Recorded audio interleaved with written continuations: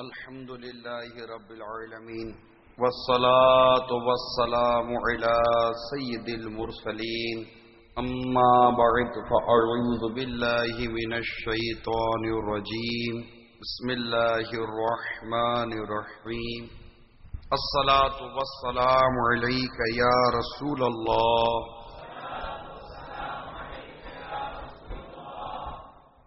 وعلى آلك وأصحابك يا حبيب الله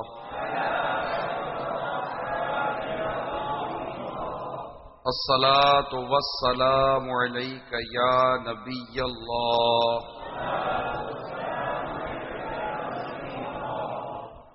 وعلى آلك وأصحابك يا نور الله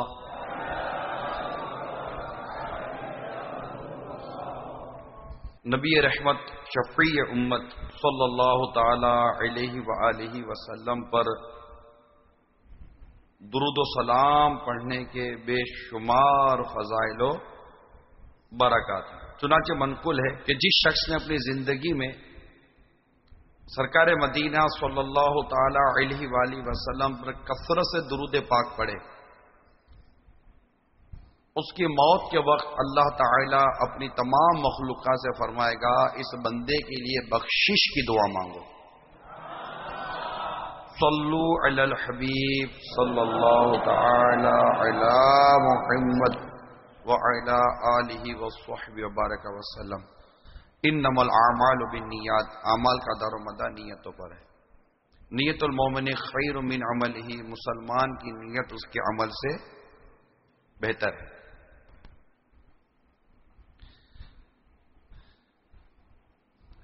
اللہ کی رضا پانے اور ثواب بڑھانے کے لیے آئیے کچھ اچھی اچھی نیتیں کر لیتے ہیں۔ اول تاخیر بیان میں شریک رہوں گا،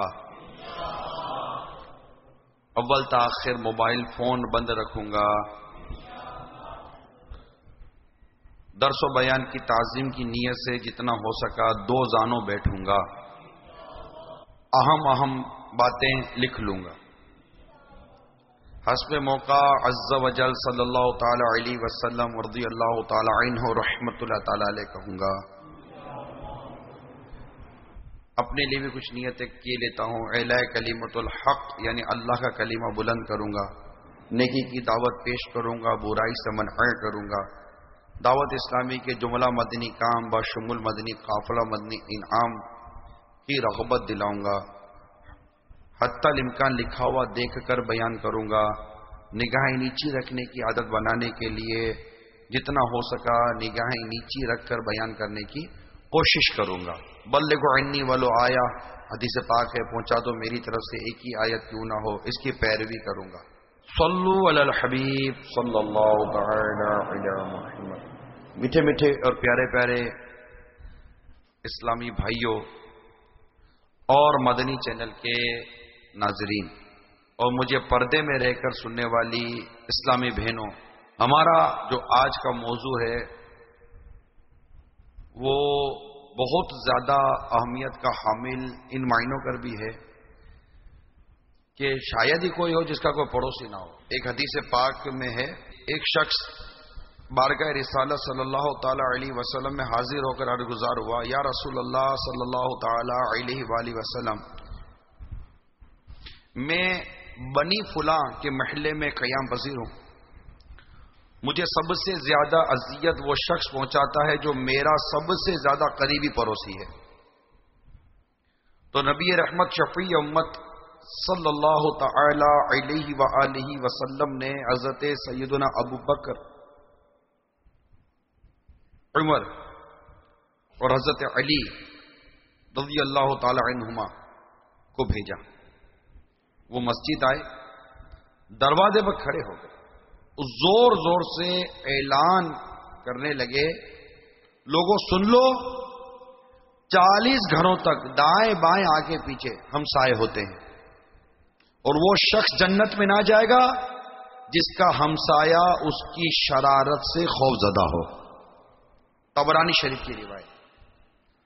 تو اس میں پڑوسیوں کی بھی ایک دائرہ کار بھی بیان کیا گیا۔ تو ہم میں سے شاید ہی کوئی ہو جس کا کوئی پڑوسی، کون ہے جس کا پڑوسی نہیں ہے؟ ارے کوئی پڑوسی تو رکھتا ہی ہے. ایک آدھ ہوگا چند ایک محلے میں، گاؤں دیہاتوں میں بھی پڑوسی ہے. 50 گھر کا چھوٹا سا دیہات ہے، وہ بھی پڑوسی رکھتا ہے. 20-25 گھر کا دیہات ہے، چھوٹا سا قصبہ ہے، چھوٹا سا گاؤں ہے، اس میں بھی پڑوسی تو ہوتے ہیں. ایک عمارت ہے تو اس میں پڑوسی کتنے پڑوسی آگے پیچھے ہو جاتے ہیں. پھر ساتھ ہی پڑوسی کے حقوق، اس کی اہمیت کو اس روایت سے سمجھنے کی ہم کوشش کریں کہ حدیث پاک میں کہ ایک انصاری صحابی رضی اللہ تعالیٰ عنہ سے روایت فرماتے ہیں کہ میں سرکار صلی اللہ تعالی وسلم کی زیارت کے لیے چلا، دیکھا کہ میرے آقا صلی اللہ تعالی علیہ وسلم کہیں قیام فرما رہے، کھڑے ہوئے، اور ایک شخص آپ کی جانب متوجہ ہے. میں نے سوچا کوئی حاجت مند ہوگا، میں بیٹھ گیا. کہتے ہیں قسم رب کائنات کی، اللہ عز و جل کے حبیب صلی اللہ تعالی علیہ وآلہ وسلم اتنی دیر کھڑے رہے کہ مجھے آپ کے اس قدر کھڑے ہونے پر دلی صدمہ ہوا. اتنی دیر کھڑے رہے. پھر وہ شخص چلا گیا. میں نے کھڑے ہو کر عرض کی، یا رسول اللہ صلی اللہ تعالی علیہ وآلہ وسلم، اس شخص نے آپ اتنی دیر تک کھڑے رکھا کہ مجھے آپ کے اتنی دیر تک کھڑے رہنے سے دلی طور پر دکھ محسوس. تو سرکار مدینہ راحت قلب و سینہ صلی اللہ تعالی علیہ وآلہ وسلم نے ارشاد فرمایا، جانتے ہو وہ کون تھا؟ میں نے عرض کی جی نہیں. فرمایا وہ تو جبرائیل علیہ السلام تھے. مجھے مسلسل ہمسائے یعنی پڑوسی کے حق میں وصیت کرتے رہے، حتیٰ کہ گمان ہونے لگا کہ وہ اسے وارث بنا کے نہ چھوڑے. پھر فرماتا اگر تم انہیں سلام کہتے تو وہ تمہیں سلام کا جواب بھی دیتے.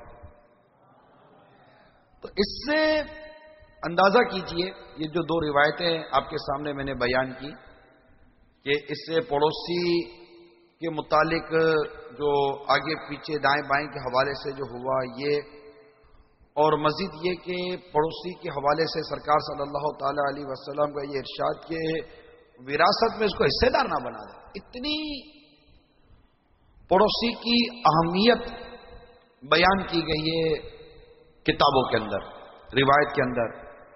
قرآن کی آیتیں پڑوسیوں کے حوالے سے بیان کر رہی ہیں. سورہ نساء میں اس کا بیان موجود ہے، سورہ احزاب میں اس کا بیان موجود ہے کہ پڑوسی کے حوالے سے کیا کیا ارشادات قرآن پاک میں بیان کیے جاتے ہیں. تو یوں ہمارا جو آج کا موضوع ہے پڑوسی کو کیسا ہونا چاہیے، یہاں ضرور میں چند ایک مدنی پھول حاضرین و ناظرین سامعین صرف سننے والیاں جو اجتماع میں ہیں، پردے کی حالت میں جو اسلامی بہنیں شریک ہیں، پہلے تھوڑی سی کلیریفیکیشن ان معنوں کا ہو جائے کہ اپنا مائنڈ کلیئر کریں کہ پڑوسی کیا. یعنی میں ایک پڑوسی ہوں، میں جانوں کہ میرا پڑوسی میرا حق ادا کر رہا ہے یا نہیں، میرا پڑوسی مجھے راحت پہنچا رہا ہے یا نہیں، مجھ پہ زیادتی تو نہیں کرتا، مجھ پہ یہ تو نہیں کرتا. میں یہ سارے سوچوں گا نا. لیکن دوسری سمت یا میں دوسرا رخ یہ بتاؤں کہ میں یہ کیوں نہ سوچوں کہ میں اپنے پڑوسی کے لیے راحت کا سامان کر رہا ہوں یا نہیں، میں اپنے پڑوسی کا حق ادا کر رہا ہوں یا نہیں. میرا پڑوسی یہ کیا اس نے باہر کھڑا کر دیا، غلط. اگر اس نے واقعی میری حق تلافی کی تو غلط، لیکن اگر اس کے یہاں پر کچھ کر لینے سے اس کو راحت پہنچتی ہے اور میں اگر تکلیف میں ہوں بالفرض، تو کیا میری یہ سوچ نہیں بنتی کہ یار چلو میرا پڑوسی ہے نا، اس کو اس میں آسانی ہے نا، بھلے نہ کرے، میرا کیا چلا گیا نا، اس نے کیوں کیا ایسا، اس نے کیوں کیا، اس کو پڑوسی کا حق نہیں، پڑوسی کا حق نہیں جانتا، پڑوسی کے حقوق نہیں جانتا، ہم سائے کے آداب نہیں ہے اس کو. یہ ہماری ایک سوچ ہے. یعنی اگر میں یہ بیان ابھی آگے لے کر چلوں گا تو آپ کو آپ کے پڑوسی آپ کے تصور میں آئیں گے. اس سے میرے پڑوسی کو پکڑا. اللہ کرے یہ سن رہا ہو, اللہ کرے یہ سن رہا ہو میرا پڑوسی. پتا نہیں یہ مدری چینل اس کے چل رہا ہوگا نہیں چل رہا ہوگا, لائٹ چلے گی اس کو پتا کیسے چلے گا کہ اس نے میرے ساتھ کیا کیا تھا. یوں مطلب کہ میں سوچ رہا ہوں گا اور میرے خیالات اور میرے تصورات میں میرا پڑوسی اور میرے پڑوسی کا جو آپریشن ہو رہا ہوگا وہ میرے تصورات میں ہوگا اور میں اندر بلی اچھل رہا ہوں گا. آج میرے پڑوسی کو پتا چلے گا کہ کیا ہوا.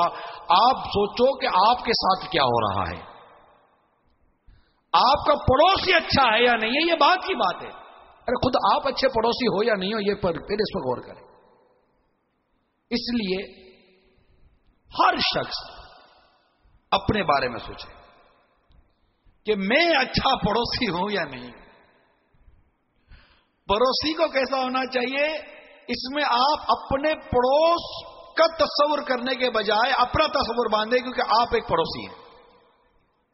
آپ کے دائیں بائیں آگے پیچھے لوگ رہتے ہیں. میں اپنے بارے میں غور کروں, اب اپنے بارے میں غور کریں. حدیث پاک کا ایک حصہ ہے کہ سرکار مدینہ صلی اللہ تعالی علیہ وسلم نے ارشاد فرمایا کہ اللہ کے نزدیک بہترین ساتھی پڑوسی وہ ہیں جو اپنے پڑوسی کے لیے اچھے ہوں. اس روایت کے تحت مفسر شہیر حکیم الامت مفتی احمد یار خان علیہ رحمت الحنان اس کی شرح میں بڑے پیارے مدنی پھول عطا فرما رہے ہیں, جس سے ہمیں پڑوسی کی واقعی اہمیت کا پتہ چلے گا. آپ اپنی شرح میں لکھتے ہیں کہ عبادات کی درستی سے بھی زیادہ اہم معاملات کی درستی ہے. یہ معاملات آتے ہیں, علم کے 4 اقسام ہیں. علم 4 چیپٹر میں یا 4 عنوان میں تقسیم ہے, منقسم ہے.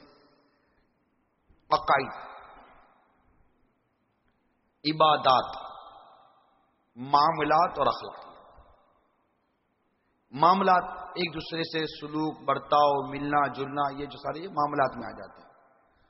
تو مفتی صاحب فرماتے ہیں کہ عبادات کی درستی سے بہت زیادہ اہم ہے معاملات کی درستی.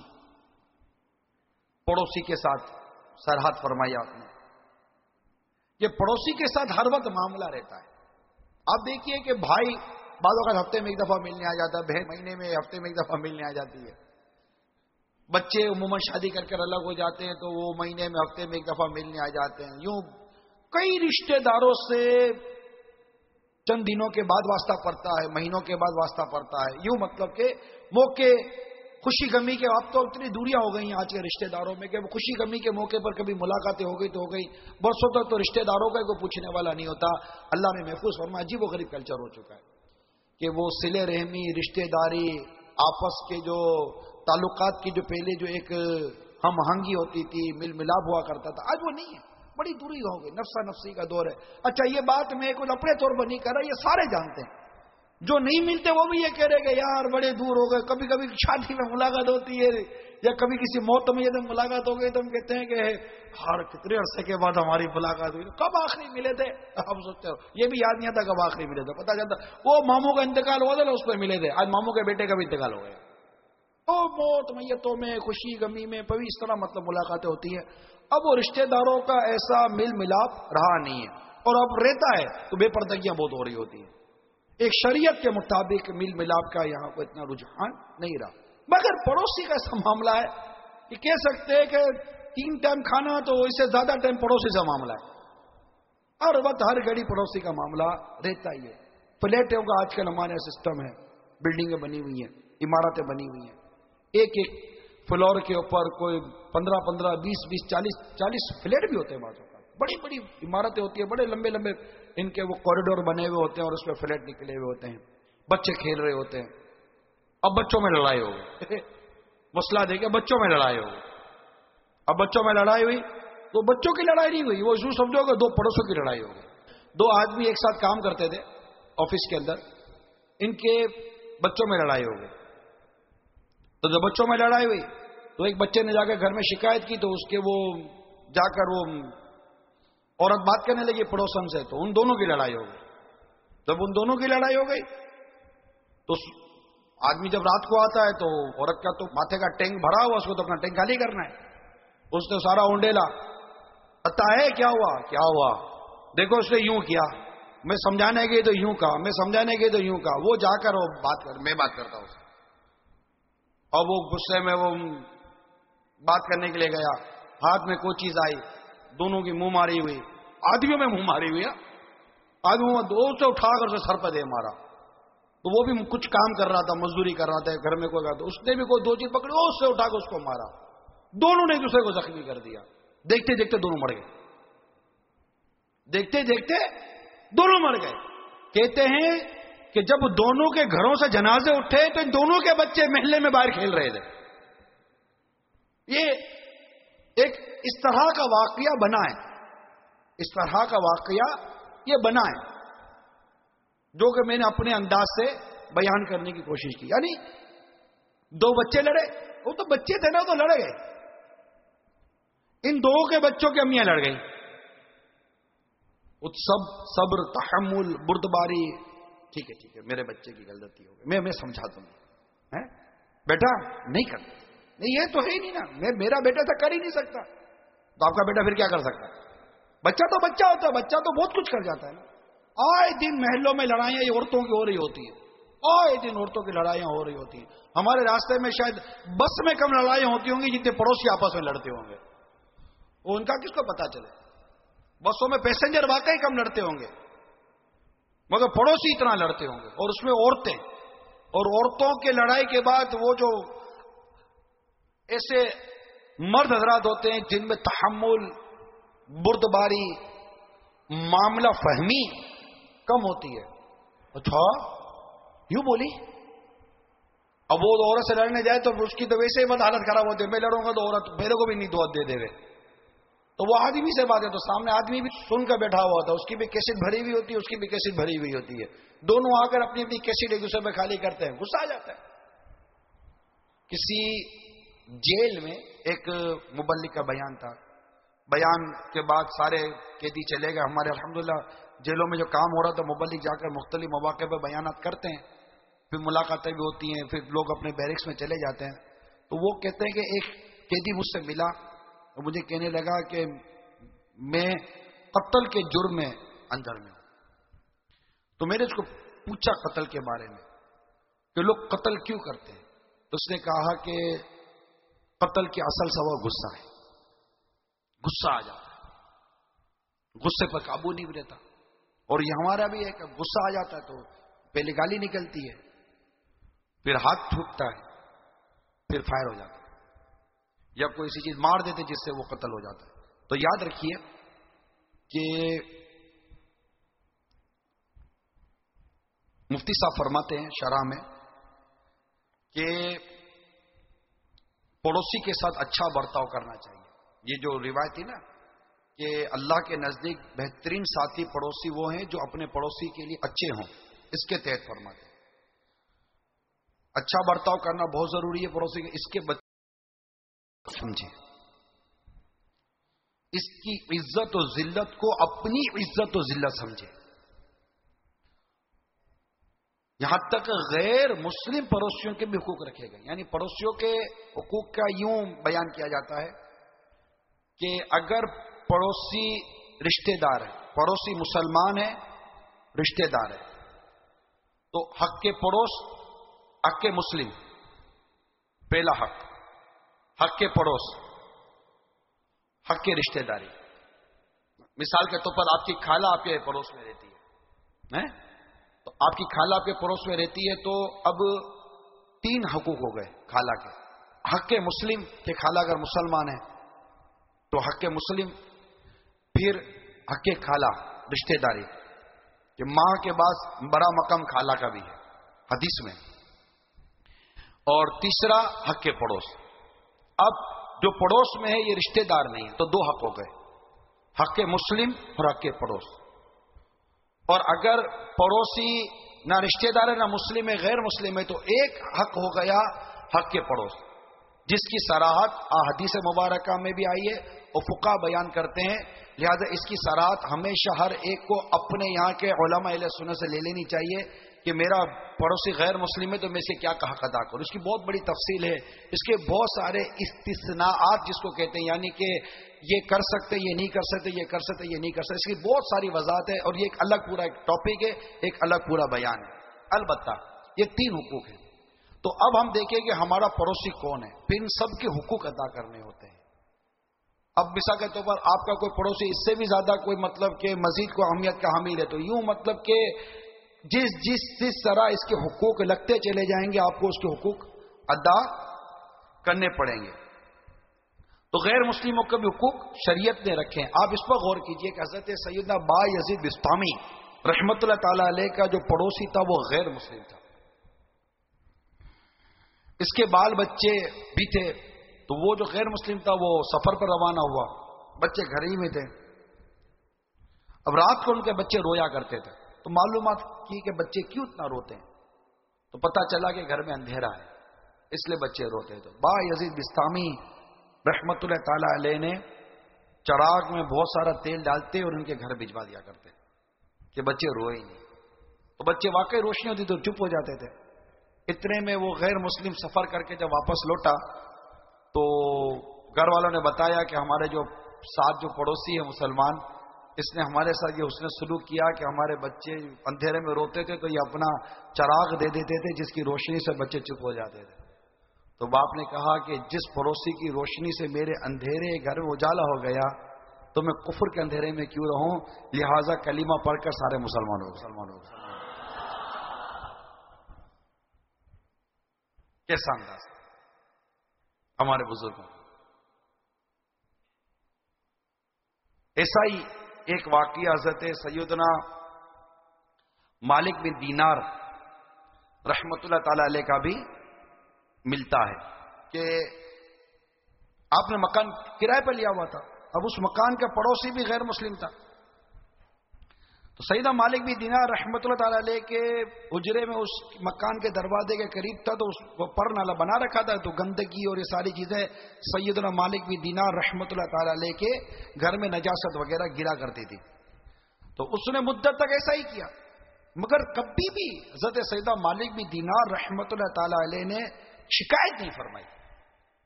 آخر ایک روز وہ غیر مسلم تھک گیا. مطلب آپ دیکھو کہ غیر مسلم ستا کر تھک گیا. جس کو تھکایا جا رہا ہے، جس کو ستایا جا رہا ہے وہ تھک ہی نہیں رہا. کمال کی بات تھی نا، واقعی اللہ کے بندے کمال کے ہوتے ہیں. وہ تھک گیا نا، تھک کر پوچھنے لگا کہ سوال کیا گیا، میرے پرنلے صاحب کو کوئی تکلیف تو نہیں ہے؟ اپنے یہ صاحب تو گریبان پکڑ لے کہ ایک تو بولتا نہیں ہو، اوپر سے آ کر پوچھتا یہ کہ تکلیف تو نہیں ہے. اتنا تکلیف دے رہا ہے پھر بھی پوچھنا تکلیف نہیں ہے. تو قربان جاؤ ان کے حسن اخلاق پر. سیدنا مالک بن دینار علیہ رحمت اللہ الغفار فرماتے ہیں ہوتی تو ہے، مگر میں نے ایک ٹوکری اور جھاڑو رکھ چھوڑی ہے، جو نجاست گرتی ہے اسے صاف کر لیتا ہوں. تو اس نے پوچھا کہ آپ اتنی تکلیف کیوں اٹھاتے ہیں، آپ کو غصہ نہیں آتا؟ فرمایا میرے رب عز و جل نے ارشاد فرمایا ہے، ترجمہ کنز الایمان، اور غصہ پینے والے اور لوگوں سے درگزر کرنے والے اور نیک لوگ اللہ کے محبوب ہیں. یہ آیت مقدسہ سن کر وہ غیر مسلم بے حد متاثر ہوا اور یوں عرض گزار ہوا یقیناً آپ کا دین نہایت ہی عمدہ ہے. آج سے میں سچے دل سے اسلام قبول کرتا ہوں. پھر اس نے کلمہ پڑھا اور مسلمان ہو گیا. 2 واقعات میں نے آپ کو سنائے. 2 واقعات میں نے آپ کو سنائے. ایک واقعہ یہ تھا کہ ان کے ساتھ حسن سلوک ایسا ہوا غیر مسلم کے ساتھ کہ وہ کلمہ پڑھ کر مسلمان ہو گئے. اور ایک واقعہ وہ سنا ہے کہ غیر مسلم نے تکلیف دی اور اس کی تکلیف پر صبر کیا. یہ بھی حسن اخلاق ہے. صبر کرنا یہ بھی حسن اخلاق ہے. تو اس تکلیف پر اتنا صبر کیا کہ آپ کا صبر دیکھ کر، آپ کو حسن اخلاق دیکھ کر وہ غیر مسلم مسلمان ہو گیا. ہمارا پڑوسی ہمیں دیکھ کر نمازی نہیں بنتا. یعنی غیر مسلموں کو مسلمان کر لیتے تھے ہمارے بزرگان دین، اور ہم ہیں کہ کچھ بنتا ہی نہیں ہے. میں آپ کو اب کوشش کرتا ہوں، اللہ کرے کہ میں تسلسل کے ساتھ آپ کو کچھ روایتیں بیان کرنے میں کامیاب ہو جاؤں. یقین مانیے یہ روایتیں جو سرکار مدینہ صلی اللہ تعالی علیہ وسلم نے ارشاد فرمائی، اس پر غور کیجیے کہ پڑوسی کے بارے میں کیسی کیسی روایتیں ملتی ہیں، کتنی اس پہ تاکید کی گئی ہے۔ چنانچہ ایک حدیث سے پاک فرمان مصطفیٰ، جو شخص اللہ عز و جل اور یوم آخر پر ایمان رکھتا ہو اسے چاہیے کہ اپنے ہمسائے کو مت ستائے۔ جو بندہ اللہ عز و جل آخرت کے دن پر ایمان رکھتا ہو اسے چاہیے کہ اپنے مہمان کا اکرام کرے، اور جو اللہ تعالیٰ اور یوم آخرت پر ایمان رکھتا ہو اسے چاہیے کہ اچھی بات کہے ورنہ خاموش رہے۔ دوسری حدیث، اللہ کی قسم وہ ایماندار نہیں، اللہ کی قسم وہ ایماندار نہیں، اللہ کی قسم وہ ایماندار نہیں۔ عرض کی کہ یا رسول اللہ صلی اللہ تعالی علیہ وسلم کون؟ ارشاد فرمایا جس کی ایذا رسانی سے اس کا ہمسایہ محفوظ نہیں۔ ہائے ہائے۔ ایک اور حدیث میں سنیے کہ ایک اور روایت میں یہ الفاظ زائد کہ صحابہ کرام علیہم رضوان نے عرض کی اس کی ایذا رسانی کیا ہے؟ فرمایا اس کی شرارت ہے۔ اور مسلم کی روایت میں کہ جنت میں داخل نہیں ہوگا وہ آدمی جس کی شرارتوں سے اس کا ہمسایہ محفوظ نہ ہو۔ اور ایک حدیث میں پڑوسی کے شر کی وضاحت کی گئی ہے کہ اس کا شر اس کی جہالت اور اس کا ظلم ہے۔ فرمان مصطفیٰ صلی اللہ تعالی علیہ وآلہ وسلم، جس نے اپنے ہمسائے کو دکھ دیا اس نے مجھے دکھ پہنچایا، اور جس نے مجھے دکھ پہنچایا اس نے اللہ عز و جل کو دکھ پہنچایا، یعنی اس کی نافرمانی کی، کیونکہ اللہ کو کوئی دکھ نہیں پہنچا سکتا۔ جس نے اپنے پڑوسی کے ساتھ لڑائی کی تو اس نے میرے ساتھ لڑائی کی، اور جس نے میرے ساتھ لڑائی کی بلا شبہ اس نے رب عز و جل کے ساتھ لڑائی کی، اور ہے کوئی جو اللہ کے ساتھ لڑ سکے؟ ایک اور حدیث سنیے، ایک غزوے کے موقع پر سرکار صلی اللہ تعالی وسلم تشریف لے گئے، ارشاد فرمایا آج ہمارے ساتھ وہ شخص نہ بیٹھے جس نے اپنے ہمسائے کو اذیت پہنچائی ہو۔ لوگوں میں سے ایک شخص نے عرض کی میں نے اپنے ہمسائے کی دیوار کی بنیاد پر پیشاب کر دیا۔ سرکار مدینہ صلی اللہ تعالی علیہ وسلم نے ارشاد فرمایا تم آج ہمارے پاس مت بیٹھو، اٹھا دیا۔ یاد رکھیے حدیث پاک میں قیامت کے روز سب سے پہلے جو جھگڑا یعنی فیصلے کے لیے پیش ہوگا وہ دو ہمسایوں کا ہوگا۔ یعنی یہ معلومات کی بات عرض کر رہا ہوں کہ عبادات میں سب سے پہلے حساب نماز کا ہوگا، اور معاملات میں سب سے پہلے حساب خون ناحق کا ہوگا۔ جو خون ناحق بہاتے ہیں نا یہ سے عبرت حاصل کرے، قیامت کے دن کیا جواب دیں گے؟ آج یہ جو ٹھٹر ٹھٹر کرتے ہوئے فائرنگ کرتے ہوئے یہ مار دیتے ہیں وہ خون ناحق بہاتے ہیں، چپ جاتے ہیں، چپ گئے چلو چپ گئے، کب تک چپ ہو گئے؟ کس سے چپ ہو گئے؟ اللہ سے چپ سکتے ہو؟ اللہ سے کون چپے گا؟ اللہ جانتا ہے تم نے یہ ظلم کیا، اللہ جانتا ہے تم نے ناحق قتل کیا،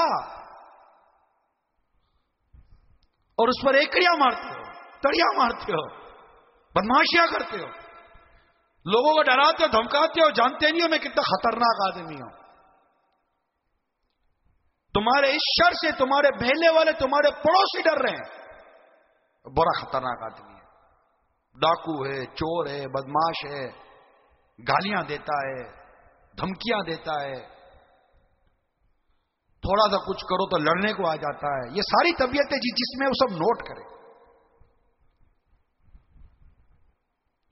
تو جو معاملات میں جو سب سے پہلے حساب ہوگا وہ خون ناحق کا ہوگا، اور حقوق میں جو سب سے پہلے حساب ہوگا وہ پڑوسیوں کے آپس میں جھگڑے کا ہوگا، جس کا میں نے ابھی شروع میں واقعہ بیان کیا۔ تو آپس میں جھگڑنا بند کریں اور ایک دوسرے کے ساتھ ہمدردی کا اظہار کریں، رعایت کریں۔ حدیث پاک میں ایک آدمی نے رسول اکرم صلی اللہ تعالی علیہ وسلم کے پاس حاضر ہو کر اپنے ہمسائے کی شکایت کی۔ آپ نے اس سے فرمایا جاؤ صبر کرو۔ وہ 2-3 مرتبہ حاضر ہوا، آپ نے فرمایا جاؤ اپنا سامان نکال کر رستے میں ڈال دو۔ اس نے ایسا ہی کیا. اب وہاں سے گزرنے والے لوگ اس کی وجہ پوچھنے لگے تمہارا سامان رستے میں کیوں پڑا ہوا ہے؟ تو اس نے کہا میرے ہمسائے کے متعلق اس نے بتایا کہ مجھے تکلیف دیتا رہتا ہے، ستاتا ہے. اب اس نے جو اپنے ہمسائے کو ستایا تو اس کو بھی لوگوں کی طرف سے لعنت ملامت ہوئی، بعض لوگوں نے بددعائیں کی. اب وہ ستانے والا جو تھا وہ اس کے پاس آ کر کہنے لگا اپنے گھر واپس آ جاؤ، اب تم میری کوئی ایسی حرکت نہیں دیکھو گے جو تمہیں نہ پسند ہو. مگر آپ دیکھیے کہ اس نے سرکار صلی اللہ تعالی علیہ وسلم کی بارگاہ میں ضرور شکایت کی، لیکن اس کو ستانے کے بدلے ستانے کا کوئی حکم نہیں ہوا کہ تم کو یہ ستاتا تو تم بھی ستا لو. یعنی اگر آپ کا پڑوسی اللہ کی نافرمانی کر رہا ہے آپ کے حق میں، تو آپ کے اللہ کی نافرمانی کریں گے؟ دیکھیے میں جانتا ہوں کہ اس جو موضوع ہے یہ مطلب میری سمجھ تک کہ کوئی سے متعلق نہیں ہے، اس لیے میں آپ کو کثرت کے ساتھ حدیث سنانے کی میری نیت ہے کہ میں کثرت کے ساتھ آپ کو نبی کے ارشاد سناؤں گا کہ ہمارے نبی نے ہمسائے کے بارے میں، پڑوسی کے بارے میں کیا فرمایا، ہمارے بزرگوں کے، ہمارے اسلاف کے کیا انداز اور کیا کردار ہوا کرتا تھا. آج بھی یہ مطلب کوئی ڈھکی چھپی بات نہیں ہے. پچھلے دنوں کا ایک واقعہ ہے کہ ایک شخص جرمنی گیا، مسلمان، کسی مقصد کے تھے. اس نے مکان لیا تو اس کے مکان کے ساتھ جو اس کا پڑوسی تھا وہ غیر مسلم تھا، جرمن تھا. وہ کسی کام سے 2-3 مہینے کے لیے کہیں سفر پر چلا گیا.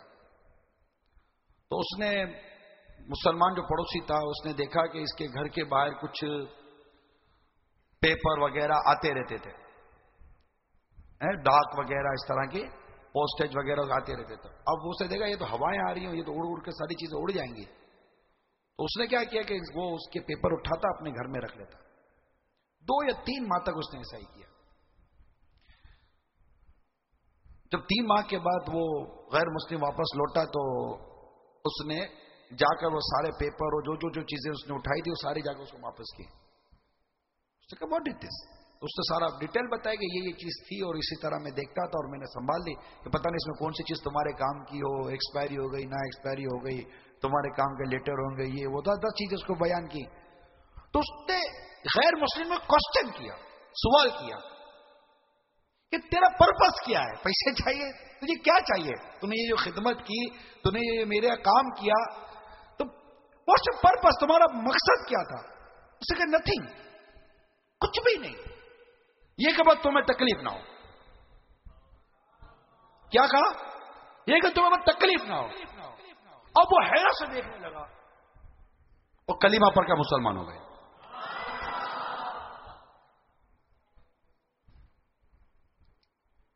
اللہ تعالیٰ نے ہمیں حسن اخلاق کا ارشاد فرمایا. پیارے نبی صلی اللہ تعالی وسلم نے حسن اخلاق کا ارشاد فرمایا. لیکن بدقسمتی یہ ہے کہ آج مسلمانوں میں حسن اخلاق جو ہماری واقعی اصل ہے وہ کہاں ہے؟ دان، ڈپٹ، غصہ، چیچڑاپن، غیبت، بدگمانی. ہماری تو زبان سے ہمارا پڑوسی محفوظ ہے، مسلمان پڑوسی محفوظ نہیں ہے. تو غیر مسلم کیا بات کرو؟ غیر مسلم اگر ہمارا مدنی چینل دیکھتے سنتے، دیکھو یہ ہمارا اسلام ہے. رائٹس آف نیبر، اسلام اس کو مینشن کرتا ہے، بیان کرتا ہے، ڈیل ہے اس کی پوری. ایون نان مسلم اس کے بھی حقوق بیان کرتا ہے ہمارا اسلام. اور اگر ان تمام حقوق جو بیان کیے گئے، جو ادا کرنے، ان کے حقوق کے ساتھ مسلمان جیے، کیا جب کہ اس کا غیر مسلم پڑوسی اپنے پڑوسی مسلمان کے اس نے اخلاق سے مسلمان نہ ہو جائے. لیکن کوئی لائف اسٹائل بھی تو فرق نہیں ہے نا. اگر آپ کا غیر مسلم پڑوسی ہے تو وہ دیکھتا ہے کہ میں بھی تو سویا ہوا ہوں، یہ بھی تو سویا ہے، میری کون سی نماز تھی، اس پڑوسی کی نماز تھی، یہ کون سا نماز کے لیے نکلا تھا. ایک لائف اسٹائل، ایک کلچر جو ہے ہمارا مسلم اور غیر مسلم کے حوالے سے اگر میں بات کروں، ایسے کئی کنٹریز ہیں جن میں غیر مسلم اور مسلمان ایک دوسرے کے پڑوسی ہوتے ہیں. میں ان تمام اسلامی بھائی سے سوال کرتا ہوں کہ آپ کے اور آپ کے جو نان مسلم پڑوسی ہے، آپ کے لائف اسٹائل میں کیا فرق ہے؟ اسلام تو بڑی میجر فرق رکھ رہا ہے، بڑے فرق رکھ رہا ہے. کچھ نہیں تو وضع کا فرق ہے، وضع اور قطع جس کو طور طریقہ کہتے ہیں، اس کا فرق ہے.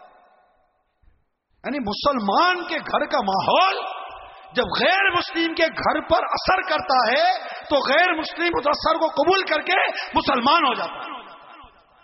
اور یہاں پر بدقسمتی سے یہ ہے کہ غیر مسلموں کے کلچر اور ان کا طور طریقہ ہمارے مسلمان پڑوسی کے گھر میں پڑتا ہے تو مسلمان کا گھر تبدیل ہو جاتا ہے. میں یہ نہیں کہتا معاذ اللہ کہ وہ ایمان سے ہاتھ دھو بیٹھتا ہے، میں کلچر کی بات کر رہا ہوں، کلچر کی بات کر رہا ہوں. بعض تو ایسی حرکتیں ہیں کہ وہ اس کا ایمان داؤ پہ لگ جاتا ہے. مگر یہ ساری چیزیں کون دیکھے کون سمجھے؟ یہاں تو ہمارا مسلمان پڑوسی ہماری زبان اور ہاتھ سے محفوظ نہیں ہے. مسلمان جو کسی اور محلے اور علاقے میں رہتا ہے یہ دور کی بات ہے، ہمارا پڑوسی ہماری زبان اور ہمارے ہاتھ سے محفوظ نہیں ہے. ہمارا پڑوسی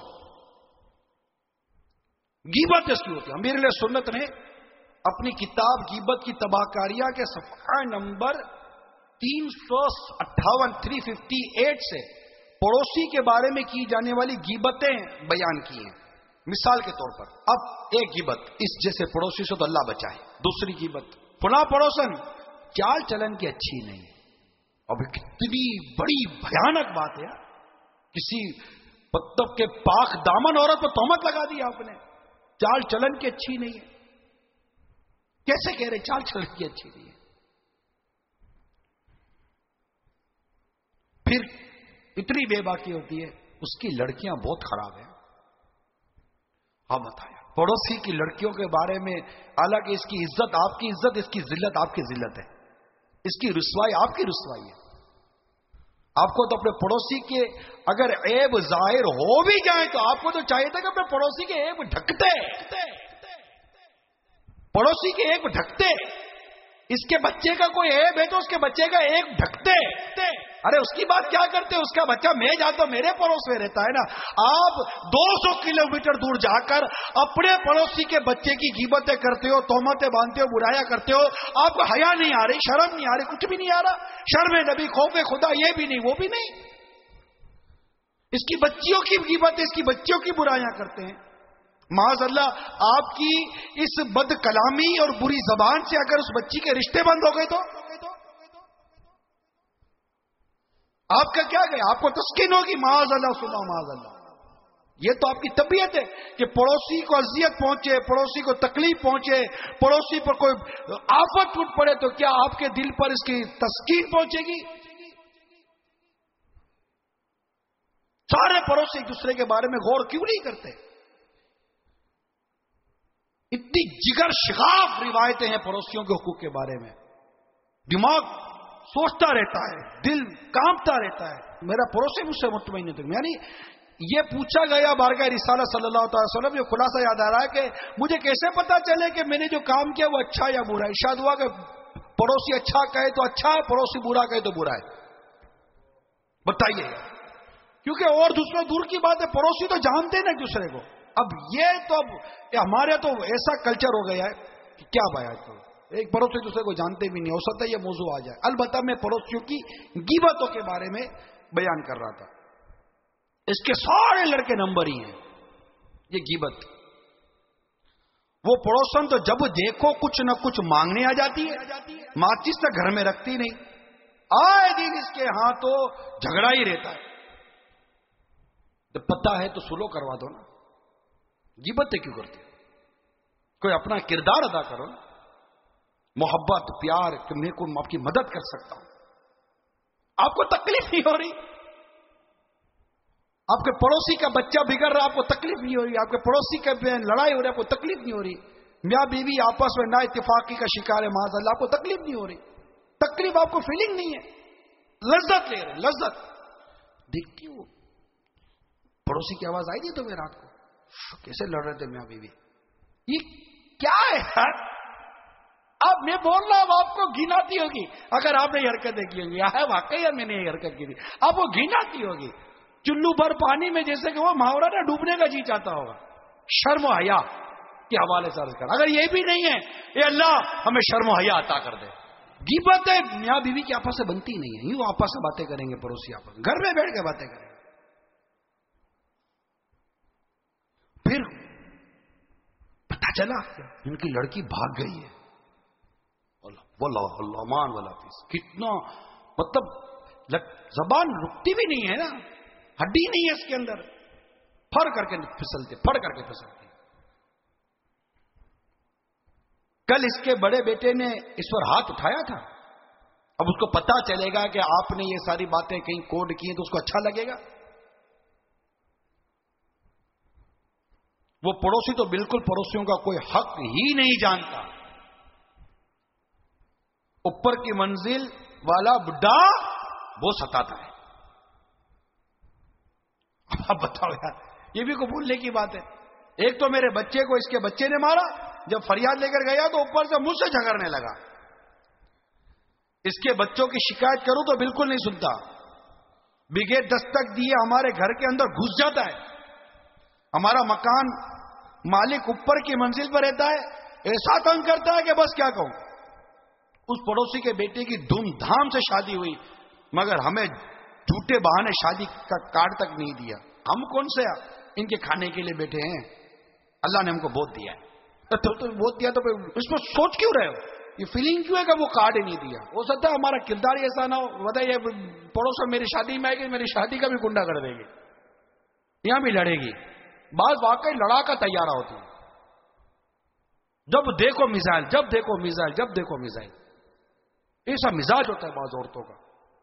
حدیث پاک میں ہے کہ پیارے آقا صلی اللہ تعالی علیہ وسلم ارشاد فرما, جو شخص رات کو پیٹ بھر کر سویا حالانکہ اسے معلوم تھا کہ اس کے پہلو میں اس کا ہمسایہ پڑوسی بھوکا ہے, تو در حقیقت وہ شخص مجھ پر ایمان ہی نہیں لایا. وہ کیسا مسلمان ہے؟ ایک اور روایت میں وہ شخص ایماندار نہیں جو پیٹ بھر کر کھائے اور اس کا ہمسایہ بھوکا ہو. ایک اور روایت میں وہ مومن نہیں ہے جو رات پیٹ بھر کر گزارتا ہے اور اس کا ہمسایہ اس کے پہلو میں بھوکا رہتا ہے. مفتی صاحب ان مضامین کی روایت کے تحت لکھتے ہیں کہ اگر اسے پڑوسی کی بھوک اور محتاجی کی خبر ہو تب تو یہ بہت ہی بے مروت انسان ہے, اور اگر خبر نہیں تو لاپرواہ ہے. کہ مومن کو چاہیے کہ اپنی عزیزوں, قرابت داروں اور پڑوسیوں, محلے والوں کی خبر گیری رکھے. اگر وہ ضرورت مند ہے تو ان کی ضرورتیں پوری کرے. ایک بزرگ کے بارے میں لکھا ہے, حضرت ابن المقفع رحمت اللہ تعالی علیہ کے بارے میں نقل ہے کہ ان کو پتا چلا کہ ان کا پڑوسی سواری کے قرضے کی وجہ سے اپنا مکان بیچ رہا ہے. اچھا, آپ رحمت اللہ تعالی علیہ اس پڑوسی کے گھر کی دیوار کے سائے سے فائدہ اٹھاتے تھے. تو آپ نے ارشاد فرمایا کہ اگر اس وجہ سے یہ گھر بیچ رہا ہے تو میں نے اس کے گھر کی دیوار کے سائے کا حق ادا نہیں کیا. پھر آپ نے اسے رقم بھجوائی اور فرمایا کہ مکان مت بیچنا. کیسا ہمارے بزرگوں کی طبیعت ہوا کرتی تھی, کیسا ان کا ذہن ہوا کرتا تھا, کتنا خیال رکھا کرتے تھے ہمارے بزرگان دین اپنے ہمسایوں کا. ہمارا ایسا ماحول نہیں. لڑائی جھگڑے, طرح طرح کی زیادتیاں. اتنی عبادت کرتی ہیں اسلامی بہنیں, پڑوسیوں کو تکلیف دیتی ہیں, زبان سے تکلیف دیتی ہیں. ایسوں کے بارے میں جہنم کی وعید ہے.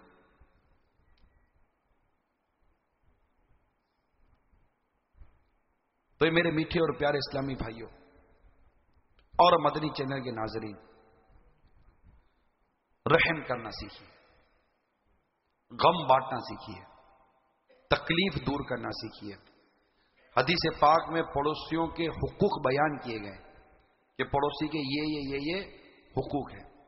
چنانچہ سرکار مدینہ صلی اللہ تعالی علیہ وآلہ وسلم نے ارشاد فرمایا, جس نے اپنا دروازہ اپنے ہمسائے سے اپنے اہل و عیال اور مال پر خوف کرتے ہوئے بند کر لیا کہ کہیں وہ کسی ضرورت کے لیے سوال نہ کر بیٹھے, تو وہ شخص مومن یعنی کامل مومن نہیں, اور وہ آدمی بھی ایماندار نہیں جس کی شرارت سے اس کا ہمسایہ محفوظ نہ ہو. کیا تمہیں معلوم ہے ہمسائے کا تم پر کیا حق ہے, یعنی پڑوسی کا تم پر کیا حق ہے؟ پھر خود ہی ارشاد فرمایا. اب تفصیل سنیے پڑوسی کے حقوق کی. جب وہ تم سے مدد مانگے تو تم اس کی مدد کرو،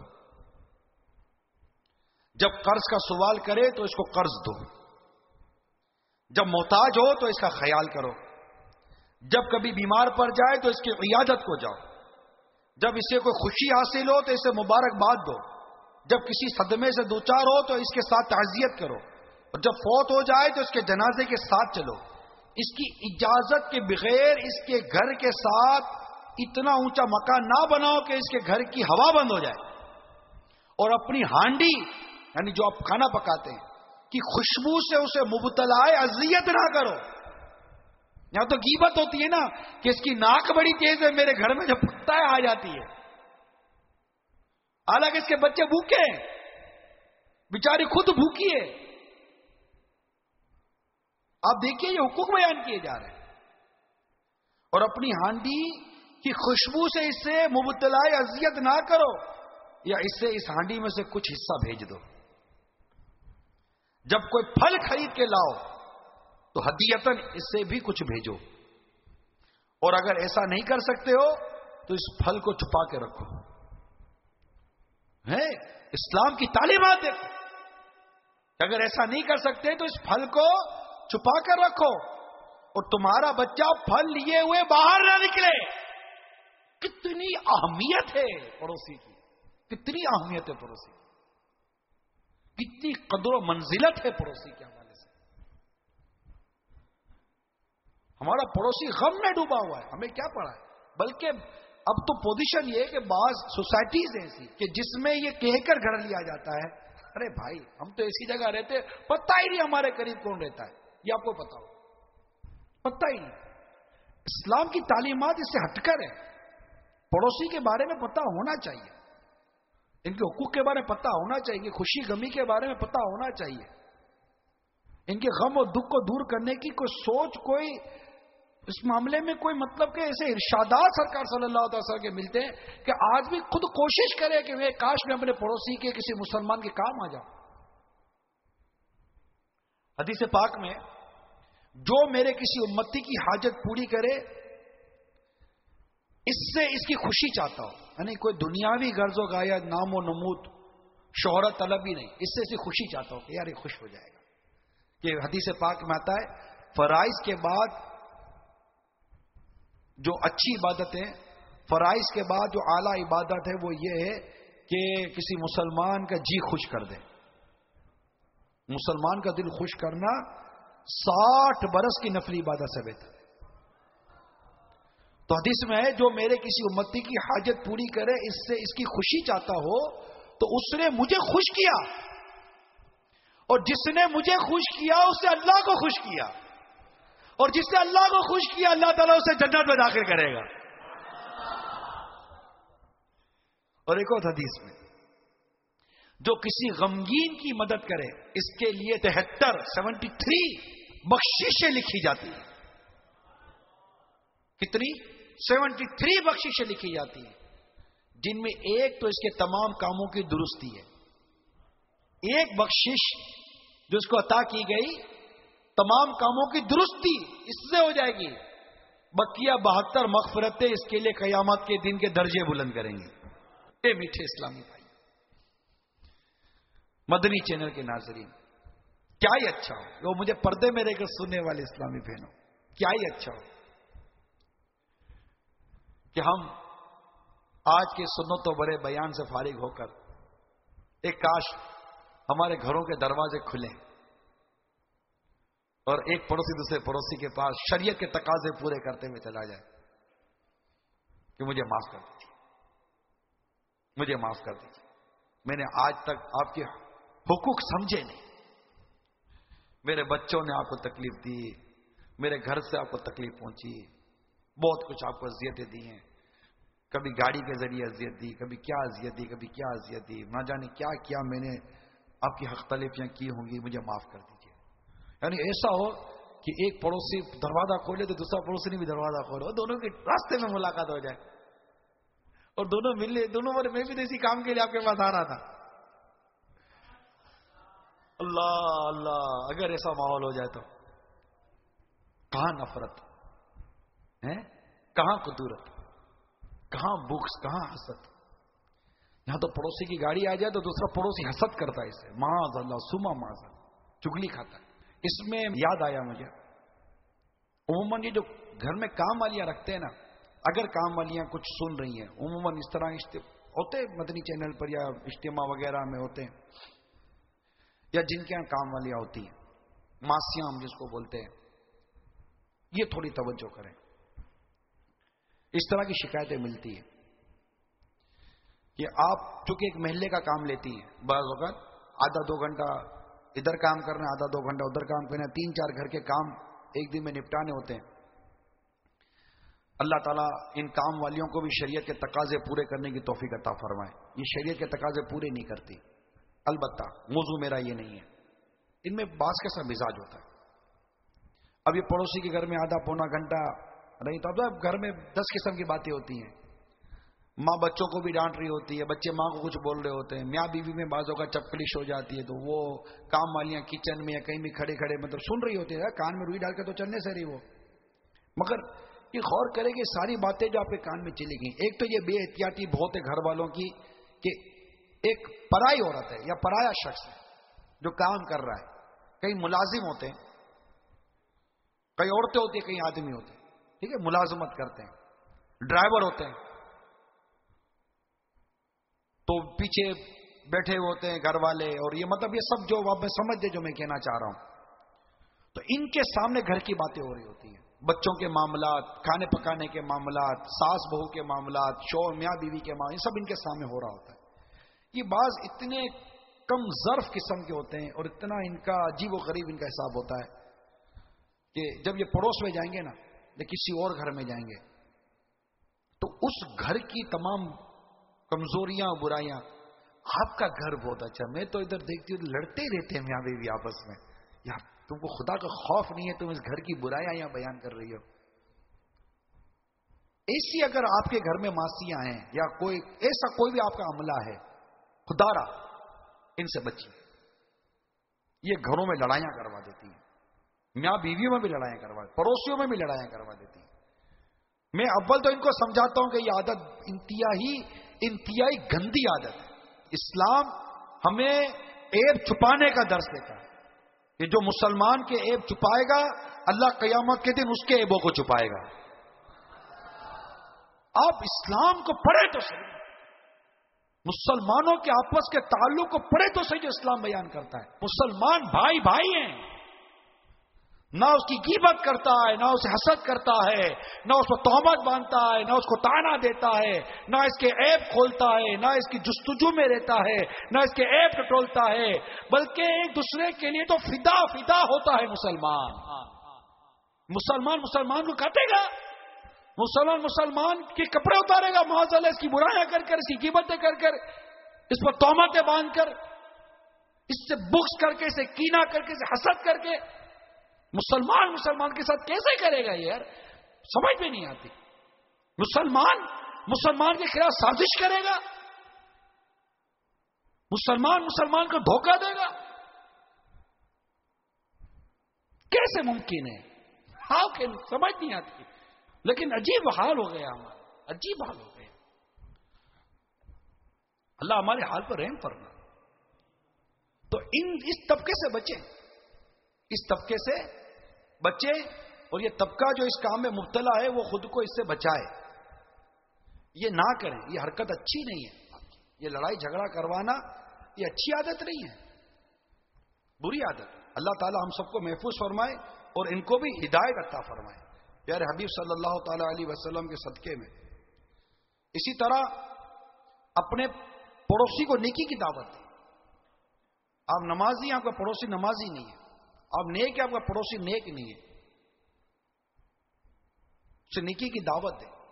مقتۃ المدینہ کے رسالے اپنے پڑوسی کو دے دیں. جو بھی نیا رسالہ آئے اللہ کرے کہ ہمارا ذہن بن جائے کہ سب سے پہلے میں اپنے پڑوسی کو بھجواؤں گا.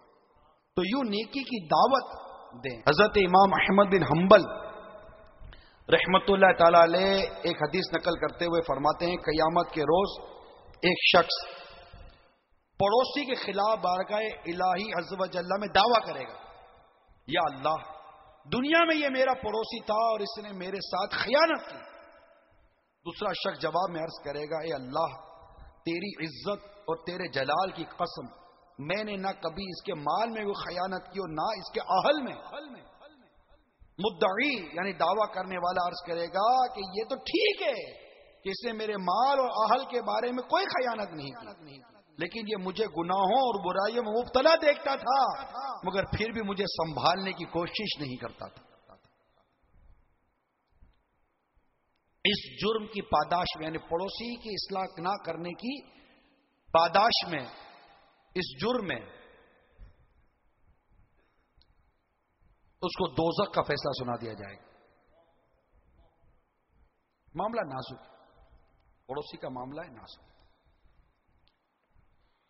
پڑوسی کو راحت پہنچانے کی نیت کر لیجیے۔ ایک بزرگ کے گھر میں چوہے تھے، کسی نے کہا کہ بلیاں پال لو، چوہے چلے جائیں گے۔ کہاں جائیں گے؟ پڑوسی کے گھر میں نا، میرے گھر میں بھلے، میرے گھر میں رہنے دو، میں اپنی تکلیف پڑوسی کے گھر میں کیوں ڈالوں یار؟ کیسی سوچ تھی، کیا کمال کا دور تھا، کمال کی سوچیں تھی، ترس گئے یار اب تو، ایسی سوچوں کو ترس گئے۔ باتیں بہت ہیں، باتیں بہت ہیں، باتیں حقوق کی اور یہ ہیومن رائٹس کی، نے سب کرو تو ایسی ایسی باتیں ہیں، خود مطلب کہ ہیومن رائٹس کی بکے بول رہے ہوں گے۔ تو ایسی صورتحال میں پلیز، حالات بہت نازک ہیں۔ اللہ تعالی ہم سب کو پڑوسی کے، ماں باپ کے، اہل و عیال کے، سب کے حقوق ادا کرنے کی توفیق عطا فرمائے اور نیکی کی دعوت دینے کی توفیق عطا فرمائے۔ آپ ہفتہ وار اجتماع میں آتے ہیں، پڑوسی کو دعوت دے دو یار۔ آپ کے مدنی قافلے کی تاریخ ہے، پڑوسی کو دعوت دے دو۔ چلو مدنی انعامات کے رسالے تو پڑوسی کو دے دو یار، دو گے؟ انشاءاللہ پڑوسی ادب ایسا ہو جائے کہ آج سے ہماری طبیعت تبدیل ہو جائے اور ہمارے پڑوسی کو لگے کہ یار فرق آیا میرے پڑوسی میں۔ ہر کوئی اپنے اندر فرق لایا، پڑو انتظار نہ کرے یار، یہ بولا تھا میرا پڑوسی تو آیا نہیں ہے تو آپ کون سے چل کر گئے؟ آپ بڑھو، آپ بڑھو، آپ بڑھو، آپ بڑھو۔ اللہ ہم سب کو عمل کی توفیق عطا فرمائے اور دعوت اسلامی کے سنت و بڑے مہکے مہکے متی ماؤں سے وابستہ فرمائے۔ اگر آپ باپا کے مرید ہیں، امیر سے کے مرید ہیں، کوشش کرو آپ کو پڑوسی بھی مرید ہو جائے۔ ہاں، آپ غوث پاک کے دامن سے لپٹ گئے اور آپ کا پڑوسی ابھی تک فارغ ہے۔ اتنی محبت تو کرو اپنے پڑوسی سے کہ جہاں میں قیامت کے دن غوث پاک کے غلاموں میں اٹھوں، وہاں میرا پڑوسی بھی مجھے ادھر ادھر نظر آ جائے، میرے پڑوسی کو بھی میں غوث پاک کے دامن سے وابستہ کروں نا، ہے کہ میرے غوث پاک رحمت اللہ تعالی علیہ فرماتے ہیں کہ میں اس وقت تک جنت کی طرف قدم نہیں بڑھاؤں گا جب تک اپنے سارے مریدوں کو داخل جنت نہ کر لو۔ ایسا کردار بنائیے اپنا کہ آپ کا پڑوسی بھی چاہے کہ یار جنت میں بھی ساتھ رہیں گے، اور نیک پڑوسی ڈھونڈے۔ پڑوسی کون ڈھونڈے؟ نیک۔ اپنے جو پڑوسی ڈھونڈتے نا وہ نہیں۔